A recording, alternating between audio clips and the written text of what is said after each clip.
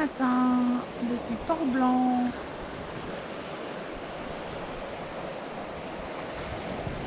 Tout petit camping juste derrière où j'ai passé la nuit. Et ce beau soleil. Petite baie de Tresta.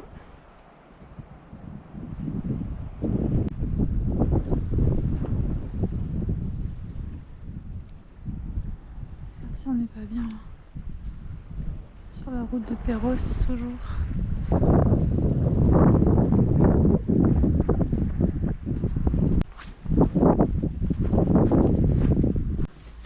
Et voici le joli petit port de Perros-Guirec. Voilà. Perros-Guirec, petite étape. Avant Ploumanac, la côte de Granit Rose. Donc là je vais essayer de trouver sûrement un endroit où me poser pour aller boire un petit thé chaud, trouver 2-3 graines et puis voilà, profiter de ce beau temps, repartir parce que il fait super beau aujourd'hui, alors faut profiter quand il y a beau temps. Voilà, on va essayer d'aller voir, il paraît qu'il y a une petite église en centre-bourg, un peu comment aller, je vais visiter même le centre-bourg, voir si c'est plus sympa. À toutes. Comme c'est beau ça, cette petite île sauvage en face, la quiétude du lieu, n'est-ce pas merveilleux? Bonjour ou rebonjour. Aujourd'hui 6 janvier, je crois que j'ai pas fait d'introduction pour cette vidéo. Aujourd'hui on est mardi. Je suis partie, j'ai pas trop discuté ce matin, j'ai pris quelques images et puis là je viens de quitter Perros-Guirec. Je suis restée 1h30 environ sur Perros, le temps d'aller chercher quelques graines au magasin bio et puis des petits fruits secs et puis des pommes. Voilà, je me remets à mon alimentation préférée, ma diététique préférée après un petit passage olé olé on va dire avec les fêtes où mon enfant intérieur avait juste besoin de... Regarde comme c'est beau ça.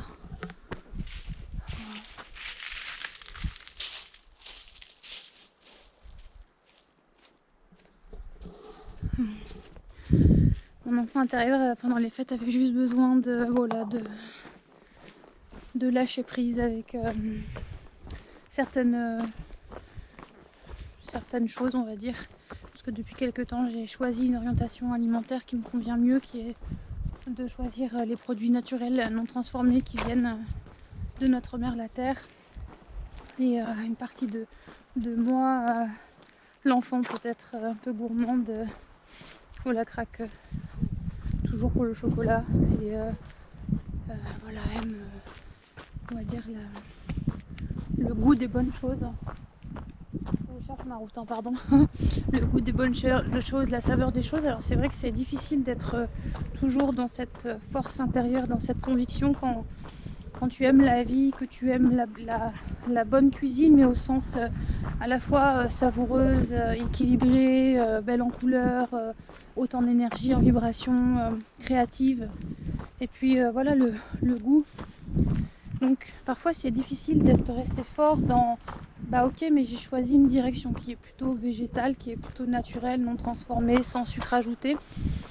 Et dans notre société, quand tu vis à côté de voilà, dans ce monde où tout se mélange, on va dire, parfois c'est difficile de résister à la tentation, la fameuse. Et voilà, en période des fêtes.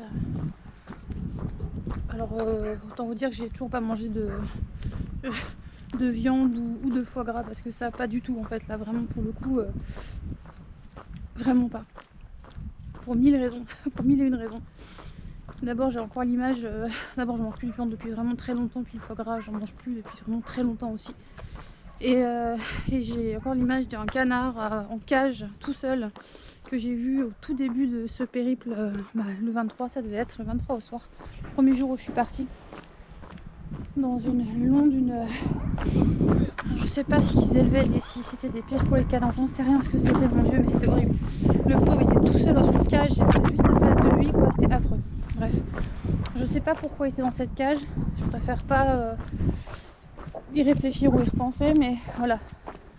Autant vous dire que bref, ce genre de truc, non, pas, merci, pas du tout. Donc voilà. Donc c'était la petite parenthèse juste pour dire que du coup, je suis revenue en tout cas à une alimentation plus centrée. Après 2-3 jours de jeûne, 3 jours fin de semaine dernière. Et puis voilà. Et puis passage de l'épiphanie. Puis redémarrer là. On va dire dans ce qui nous convient le mieux, plus aligné avec soi, avec sa propre vérité intérieure. Voilà, la vie, parfois c'est mouvement. On essaye d'être le plus aligné, le plus cohérent, le plus droit possible. Et puis on est humain aussi. Donc maîtriser, on va dire, voilà, j'allais dire le mental, mais aussi comment dire, les tentations, en l'occurrence là je parle de nourriture, mais voilà, c'est une vertu, je crois, c'est une prouesse vraiment.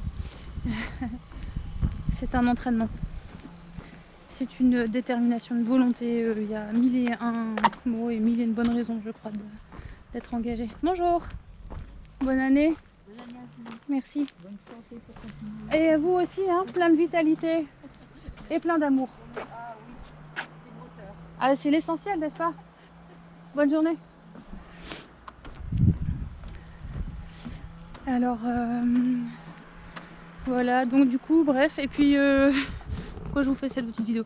Eh bien, déjà pour dire bonjour aujourd'hui, pour partager les beaux paysages, partager aussi ce petit fait d'humanité qui fait partie de moi aussi, voilà. Et je crois qu'on peut se pardonner aussi voilà, de temps à autre, d'avoir un petit moment de contournement ou de lâcher prise. Je sais pas si on peut dire contournement, mais simplement parce que voilà, on est dans cette vie aussi, on chemine, hein, c'est pas non plus voilà. Et je crois que l'essentiel étant de savoir en tout cas dans quelle direction on se dirige, dans quelle direction notre voilier se dirige, et comment voilà, quelles sont nos convictions, nos forces de conviction, qui fait que je cherche le GR, je sais pas s'il est au bord ou... Parce que je vois un petit sentier en bas, mais là je vois rien. Quelles sont nos forces de conviction? Qu'est-ce qui nous motive? Excusez-moi, je cherche en même temps le chemin, je vais juste regarder un petit peu. J'étais sur la bonne route, mais bon, parfois, quand on discute, l'attention s'égare et du coup, on perd le repère, justement. Ça tombe bien, hein, c'est à propos de ce que je disais un petit peu. Si tu te laisses distraire par quelque chose, tu te laisses désorienter par une tentation, puis hop, ça a vite fait de t'égarer de ton propre chemin. Mais je crois que l'essentiel au final, c'est de rester quand même dans son centre, de retrouver en tout cas son centre, son ancrage. Bonjour. Et de savoir en tout cas pourquoi vers où tu diriges ton voilier et pourquoi quel est ton but en tout cas. Ceci te ramène au centre et permet toujours de se remettre dans le droit chemin, en tout cas dans le chemin qu'on a choisi d'entreprendre, qui nous convient le mieux, notre chemin d'élévation, quoi. Et puis voilà, je suis rentrée dans comment Perros-Guirec. Je suis rentrée dans Perros-Guirec avec une certaine énergie, on va dire, de tranquillité, de centrage, de nature et tout. Bonjour. Et puis les abords de la ville, en fait, c'est fou parce que plus tu prends de temps en espace naturel et en solitude, plus tu es sensible justement aux énergies, aux différentes énergies. Et quand tu t'approches d'une ville, quand tu rentres en ville, waouh, tu peux sentir que quelque chose, voilà, quelque chose est différent et c'est fou parce que pourtant c'est paisible, hein, Perros-Guirec, c'est plutôt paisible. En tout cas là c'était tranquille, il y avait assez peu de monde, belles conditions, les gens étaient super agréables. Vraiment j'ai passé un bon moment, hein. Quel est un monsieur qui est venu me dire bonjour quand j'étais sur la placette en train de déguster mes petites noix. Et donc voilà, je veux dire tranquille, mais on sent bien l'énergie de la ville versus les espaces naturels quand on est tout seul. Et là on s'en va vers la côte de Granit Rose, vers un site qui est vraiment magique. J'ai hâte de vous le faire voir. J'étais déjà allée le voir avant de faire le GR34 et j'ai hâte de vous montrer parce que c'est vraiment très beau. Hop, déjà là c'est pas mal, n'est-ce pas? Donc voilà, quand on chemine tout seul, c'est quand même le meilleur espace en fait pour ressentir, pour développer, on va dire, ses corps énergétiques, ses capacités, on va dire, sensitives, ses sensibilités justement à l'environnement. Et je remarque que aux abords d'une ville, petit stress était détectable alors qu'il n'y avait pas de raison en fait que je sois stressée. Et en sortant ça va beaucoup mieux. Pourtant je vous assure que la ville est tranquille, donc c'est incroyable. Qu'est-ce qui fait ça? Je l'explique pas trop. Mais voilà, il n'y a pas de réponse forcément à tout. En tout cas, la nature nous guérit, la nature nous nettoie aussi. J'aimerais vraiment aller prendre un bain de mer là. Mais il faut que je me trouve le courage d'aller mettre les pieds dans l'eau avec le froid. Alors j'ose espérer que je trouverai ce moment parce que je mine tout le long des côtes. Ça serait quand même dommage. Et puis ça c'est sûr que le bain de mer, ça participe aussi énormément au nettoyage de notre corps, mais des corps subtils, des corps énergétiques. Donc on verra comment ça se passe un peu plus tard. Allez, on est reparti. Là ça monte un peu. C'est méga beau. On se retrouve plus tard. Ciao. Voilà, je vous laisse apprécier le point de vue depuis cette petite venelle. Imagine les gens qui ont une maison là. La vue, trop belle, trop cool.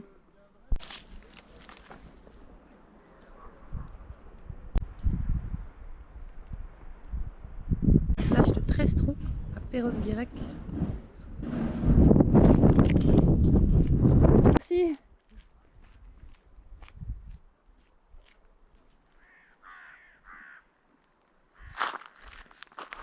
Voilà, on arrive en direction de Ploumana, donc sur ce qu'on appelle la côte de Granit Rose. Et ici c'est juste un petit paradis, c'est trop beau, c'est le littoral comme ça est cerné de roches naturelles, donc en granit, et font des sculptures naturelles, on va dire, assez étonnantes, assez incroyables, assez mystiques. Ce que j'aime en Bretagne, c'est ça, c'est les roches nous parlent aussi, les éléments. Alors je vous invite un peu au long du chemin à aller voir un peu les formes que vous y trouverez, en espérant que ça rende aussi avec la caméra. A tout de suite. Une belle demeure au loin. Je sais pas si vous voyez. Là.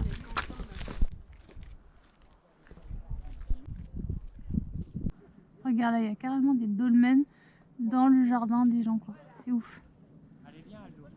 Incroyable.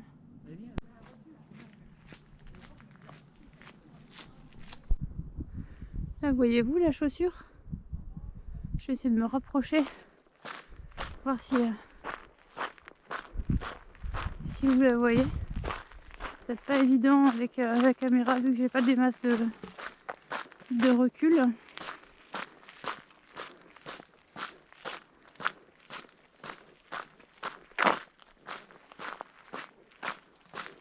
La voyez-vous là-haut? Petite chaussure là. Regarde la baie. Trop beau.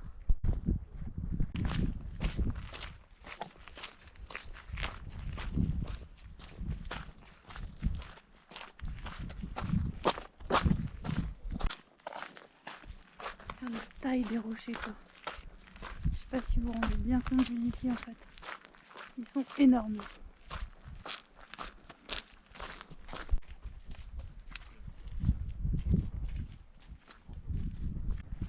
Là voyez-vous la bouteille renversée ici, sur le bout du caillou là, comme une bouteille renversée.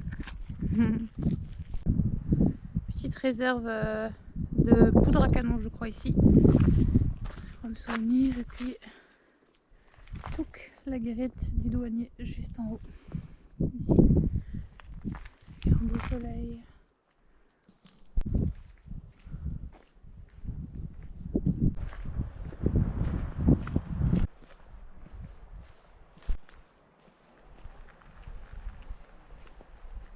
Comme une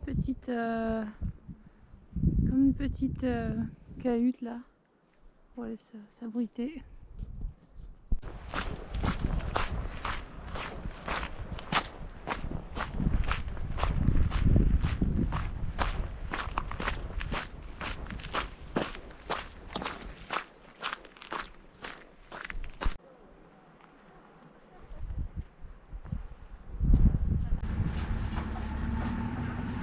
Oratoire Saint-Guérec.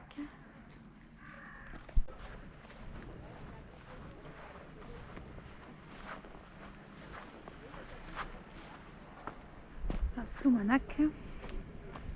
La baie à marée basse. Tchouk.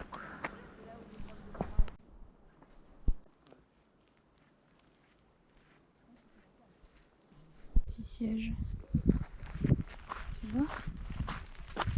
Il est bon lui, non? Un petit siège là, tranquille. Je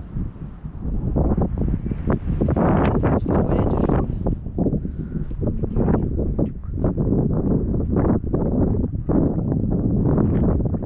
Et le château.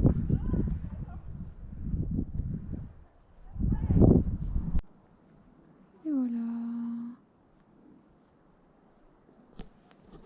Voilà, à Ploumanac. Du coup, je vais poser la tente là, juste là. Il est un peu avant 6 h et tranquillement, je vais me poser par là parce que j'ai pas envie de refaire de ville là. Et puis il commence déjà à faire froid. Puis là, je suis bien abritée, donc trop bien. On va profiter de ce site à marée basse. Allez, à plus, à demain, ciao.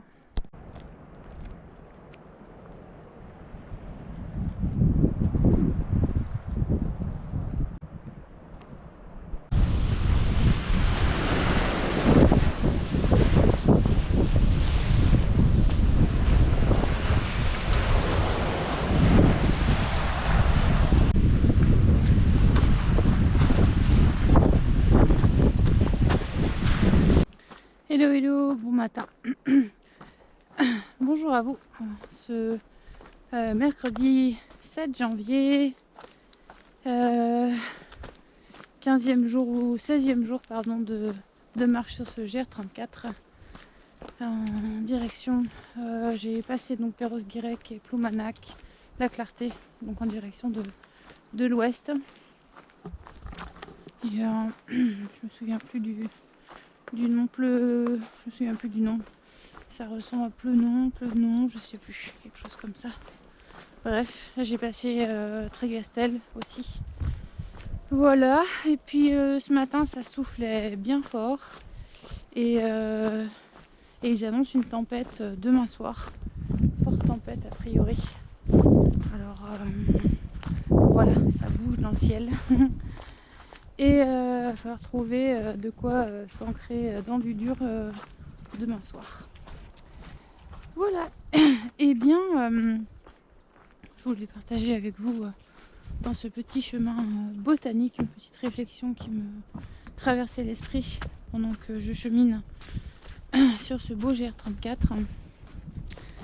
pour étayer un petit peu les propos qui étaient, je sais pas s'ils étaient très très clairs dans ma précédente vidéo au sujet de la foi et puis de ce que je partageais autour du fait de croire et que croire fait toute la différence.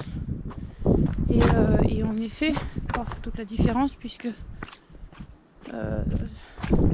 tout part de là. On parle de la foi, mais si la foi tu tu poses juste un bout de croyance dans un concept, mais que tu vas pas jusqu'au bout en fait de ce que ça veut dire, de ce que ça suppose, comme par exemple j'évoquais la toute-puissance de Dieu notre Créateur, du fait qu'il réalise des miracles, etc. Et qu'il a transmis cette puissance à son Fils, le Jésus-Christ, le Christ, et que Jésus lui-même évoque à sa résurrection dans la Bible. Il évoque à ses disciples à sa résurrection que il va partir, donc il va quitter ce monde, mais qu'il ne sera jamais, enfin qu'il sera toujours avec nous, toujours avec eux, et que il est en le Père est en lui, comme Jésus est en ses disciples en nous, et que nous sommes en lui, pour que nous soyons tous parfaitement un. Et donc il explique à ses disciples, selon ses propos, pour exprimer que derrière, il leur transmet à eux le Saint-Esprit, et que ainsi il y aura des guérisons, des miracles et d'autres prodiges sur la terre. Il y a un peu de vent, j'attends que ça passe, un peu de vent et un peu de bruit. Et donc il y aura des miracles et des prodiges sur la terre. Donc ce qui est intéressant de voir, c'est que si tu crois juste, quand j'évoquais la profondeur de la foi, tu pourrais juste croire par exemple que Dieu existe, qu'il est tout puissant et qu'il est loin de nous et que c'est lui qui fait les choses. C'est sûr, c'est lui qui fait les choses, mais en remettre toute ta responsabilité et du coup t'arrêter là et puis passer entre guillemets sur un concept, et puis voilà. Puis derrière, pas voir quel rôle tu joues toi, ou quelle puissance il y a en toi.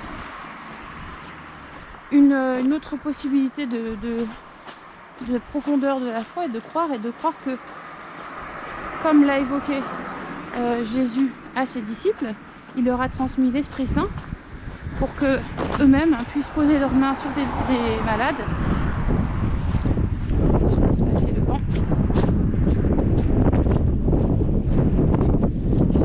Parce qu'on n'entend pas, et qu'ils puissent ainsi poser leurs mains donc sur les malades et qu'il y ait des guérisons miraculeuses, etc. Et on lit dans Actes des Apôtres, plus tard, toujours dans la Bible, dans le Nouveau Testament, que en effet, il y a de nouveau des miracles qui s'accomplissent, des guérisons, et que en plus de ça, l'Esprit Saint est donné par l'un des apôtres à la foule qui croit, qui a cru en ce qui a été prêché dans le temple. Donc, je vais synthétiser, parce que je ne veux pas tout aller trop loin dans la description, sinon je pourrais lire la Bible et puis ensuite, on va dire, commenter ce que ça m'inspire. Mais pour aller, plus clair possible et au plus concis possible, ce que ça laisse entendre, c'est que si Jésus est en le Père, si le Père est en Jésus, que Jésus ne sera pas ressuscité, et surtout que son esprit demeure en nous et que nous demeurons en lui et qu'il demeure en nous, en ses disciples et donc en nous, fait que s'il a transmis le pouvoir de guérison à ses disciples et l'Esprit Saint, et que nous ne sommes pas séparés, nous sommes un, et que quelque part nous aussi, en nous, l'Esprit Saint demeure. Vous voyez la réflexion, le fil de pensée, en fait, c'est Jésus étant le Père étant Jésus, Jésus est en nous comme nous sommes en lui, pour que nous soyons tous parfaitement un. Il transmet à ses apôtres ce pouvoir, donc l'Esprit Saint, pour pouvoir continuer à faire des miracles, des guérisons et des prodiges. Il est écrit dans la Bible d'ailleurs qu'à cet effet, Jésus dit qu'il y aura des prodiges et des miracles, etc. Les apôtres prêchent, ils étendent leurs mains sur la foule et tous ceux qui ont cru en ce qui a été prêché reçoivent l'Esprit Saint et sont bénis. Donc c'est pas... c'est écrit dans la Bible, je veux dire, c'est pas rien de le lire et de le comprendre, c'est que c'est pas les uns sont bénis et les autres pas, c'est en fait c'est est-ce que tu crois ou pas. Parce que en fait croire là fait une différence. Croire fait la différence que si tu crois tu reçois l'Esprit Saint. Et donc quelque part si tu reçois cet Esprit Saint, donc tu reçois cette puissance divine en toi. Donc on l'interprète comme on veut, la divinité en nous, le pouvoir divin en nous, peu importe le pouvoir créateur. Voilà, en fait je complète simplement des propos que j'ai déjà à plusieurs reprises évoqués comment dire, sur cette chaîne. J'espère simplement que je suis toujours sur la bonne route, je cherche le chemin en même temps. Par les saintes paroles, par les écrits, les textes sacrés de la Bible en fait. Parce que si les textes sacrés existent, ils n'ont pas été mis là quand même pour rien par hasard. Je veux dire, si les religions existent, si en tout cas il y a des textes qui ont perduré les périodes, les siècles, les années, les temps, les prédictions sont dedans, les écrits demeurent, enfin je veux dire, les paroles se témoignent de nos jours en fait, de leur toute puissance, de leurs effets. Alors croire au sens de la foi profonde, c'est pas juste croire en une théorie, c'est pas juste croire en un concept, c'est pas juste croire en un dogme ou une pratique, c'est pas juste dire je vais à l'église alors j'ai la foi, c'est pas juste dire je fais Pâques, je jeûne ou quoi que ce soit, c'est aller jusqu'au bout de ce que la foi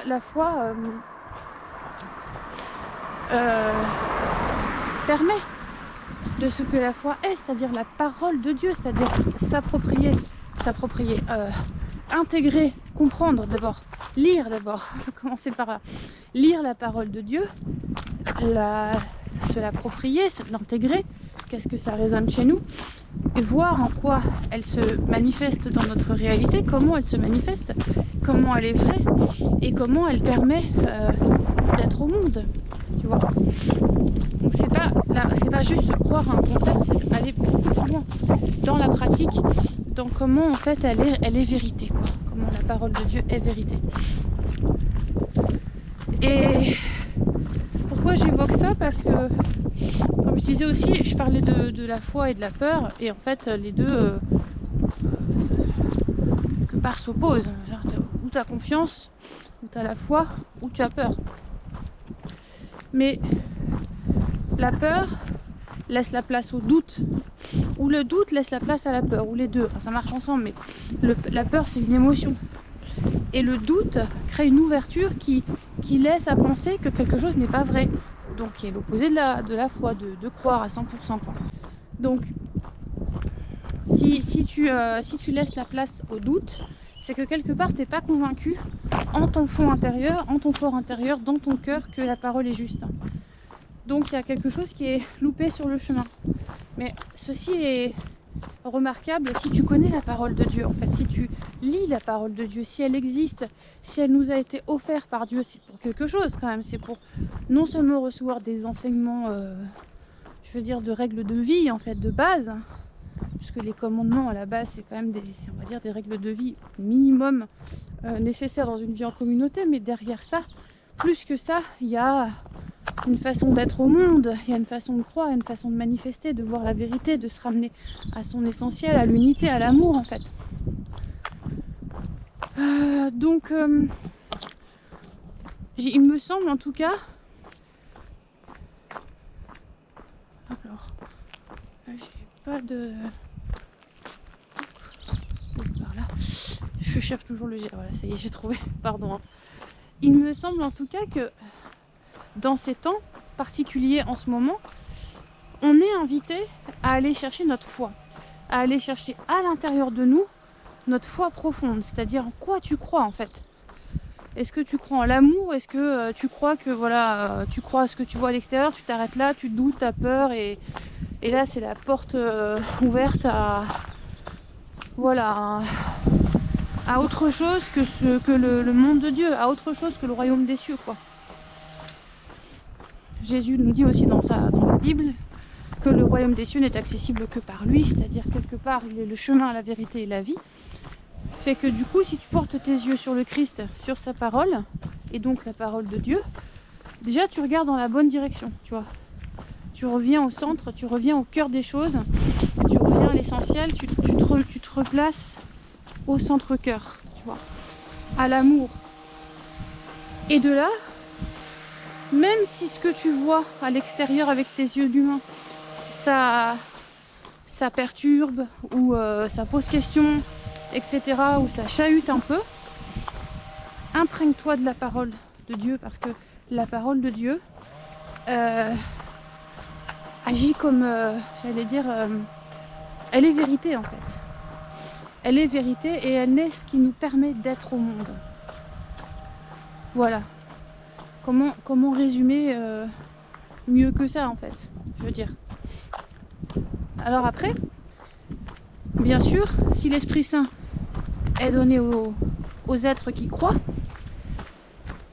donc ce pouvoir divin de créateur qui est en nous, la sagesse, donc fruit de l'Esprit Saint, justement, la sagesse qui est un fruit de l'Esprit Saint, qui est un don de Dieu, hein, voilà, qui s'acquiert par un don de Dieu, fait qu'on est créateur en conscience, dans l'amour et la sagesse, bien sûr. Il ne s'agirait pas d'aller faire n'importe quoi, ou alors c'est être ignorant de ce pouvoir intérieur, agir sans conscience et agir pour son propre intérêt, pour sa propre gloire, ce qui est opposé en fait à la parole de Dieu et en tout cas au chemin qu'on est de notre unité, on va dire ça comme ça, et à la vision de l'unité. Et alors là, c'est plus la même histoire, tu vois. T'agis pas pour la même chose. Mais voilà ce que je voulais en tout cas compléter. J'espère que c'est plus clair dans cette vidéo sur la profondeur de la foi et de croire et tout ça, parce que croire, c'est vraiment de tout son cœur. De tout son cœur, de toute son âme, qu'une chose est vraie. Et que quand tu crois en cette chose, de tout ton cœur, et ben même si tu traverses des turbulences, même si ce que tu vois à l'extérieur, ça peut faire peur, dans ta réalité, je ne sais pas laquelle tu vis, et bien revenir au centre et à la foi, et au cœur et à l'amour, transforme tout, change tout, change tout. Ça fait toute la différence, parce que tu sais que dans cette foi, tu sais ce qui est vrai, tu sais ce qui est juste, tu sais en tout cas qui tu es. D'abord, tu sais qui tu es, tu connais ton pouvoir de création, tu ne le remets pas à l'extérieur et tu agis en conscience, en sagesse, en co-création avec notre Père Créateur pour faire sa volonté, pour sa gloire à lui et non pour notre propre gloire personnelle. Ça, c'est la vision de l'unité. C'est la vision qu'on est tous un et que voilà, on est là pour agir pour l'ensemble et non pas pour son propre intérêt. Il y a un autre passage dans l'Acte des Apôtres aussi qui est intéressant, où Étienne témoigne. Et ce qui est intéressant, c'est il raconte un peu les choses et telles qu'elles se sont déroulées, et il évoque ceux qui ont cru ne faisaient qu'une seule âme en fait, qu'une seule âme, qu'un seul corps, et que à cette époque-là, dans les temps où il explique ça, où il témoigne de ça, que ils s'appropriaient pas leurs biens pour eux-mêmes en fait, qu'ils partageaient en fait. C'était pas l'idée d'avoir des propriétés individuelles. Et je trouve ça très beau.